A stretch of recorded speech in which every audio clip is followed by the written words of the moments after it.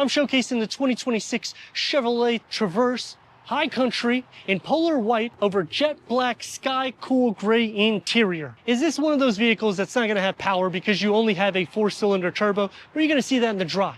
Is it going to have the luxury that you're looking? You're going to see that in the interior. And the exterior styling, well, that's what we do the walk around for. I'm Anthony from Supercar Throttle. I'm going to throw in some pros and cons while I'm going over the specs of this Traverse. It's going to start off with LED headlights and daytime runnings. Now, with this, you also have the animated feature.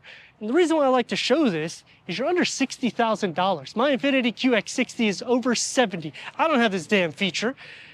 It's going to incorporate into the top portion of the grille, you get the satin aluminum. Now this black bow tie, you gotta pay extra for it. So they do nickel and dime you just a touch. You get front parking sensors. The High Country is going to be just slotted right underneath the RS, which is going to be the more performance style, but underneath the hood is not gonna pack that. You're only gonna get the one engine, which is a 2.5 liter turbocharged 4-cylinder. That's producing 328 horsepower with 326 pound-feet of torque. It's paired with an 8-speed automatic transmission. Front-wheel drive or all-wheel drive configuration. We're showcasing the front-wheel drive, so you're going to get a little bit better MPGs at 20 for the city and 26 for the highway. Towing at 5,000 pounds, it's not groundbreaking when you're talking about a vehicle that's over 200 inches long, but it's still in the segment. Because if you go into a Grand Highlander, I mean, it's the same towing capacity. Payload is over 1,600 pounds, which is actually better than pretty much everybody. And if you don't want to tick the box to the RS, you still get 22-inch wheels in that glossy black. Gloss black on the side view mirrors and a touch on the raised roof rails. I like this because you don't have to buy the crossbars. But then what I dislike, you don't get a pano moonroof at 60 grand.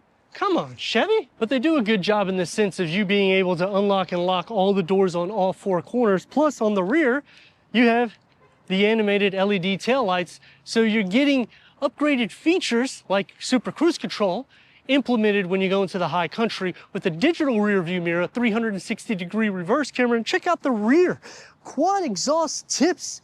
I mean, for God's sakes, give us a more powerful engine instead of a turbocharged 4. I mean, let me know your thoughts on this. Would you go to the Traverse or go into the competition? If you haven't already, click the subscribe, click a like, because all these clicks help with the algorithm so we can bring more vehicles to the channel. 328 horsepower.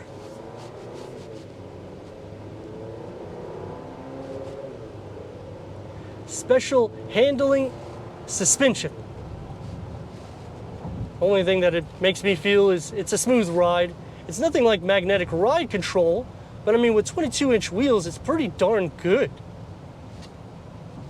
And it's still long enough to fit everybody in the family with a ton of storage capacity throughout. Braking on the vehicle, it feels a little bit heavier for my liking.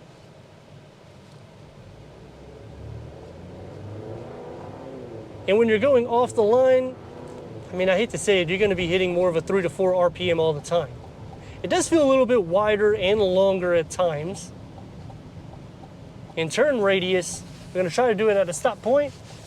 It's about 3 lanes, which is almost like the Tahoe. You're going to hear the engine all the time. And that's a huge problem that I have with my Infiniti QX60 is I'm constantly hearing that turbocharged 4-cylinder because you are having to hit a higher RPM. Now, the good thing about it is it's more spooled up, so you don't feel the turbo lag so much, but in stop and go traffic, it can feel like more jerks whenever you're pushing the pedal. Visibility is good. You have a ton of clearance. I mean, nearly 7 inches, that's more than enough.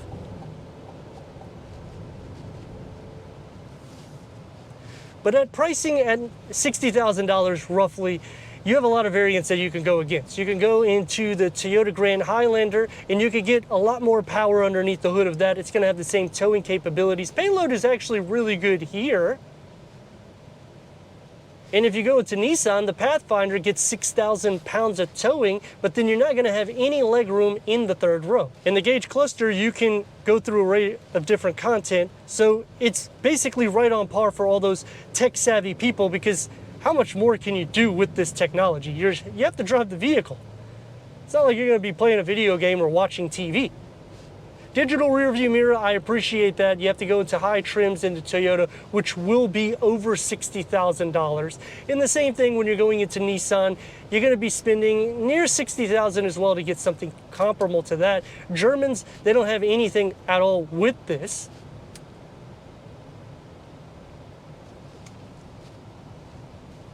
But at this price, you could entertain things like Acura, which you could spend a little bit more dough and get a Type S, which would have a lot more power. And either way, you're gonna have a V6 engine.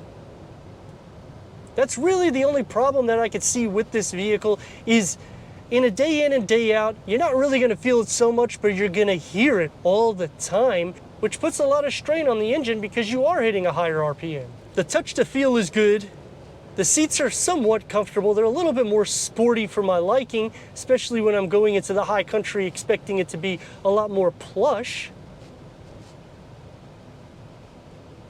And the Super Cruise Control, it's not able to read the roads where I'm at. So that's always an issue that I have with GMC products, because whether you go Chevy, GMC, Cadillac, there's only so many roads that this Super Cruise Control can actually work on. So it ticks the box for the everyday use, but performance?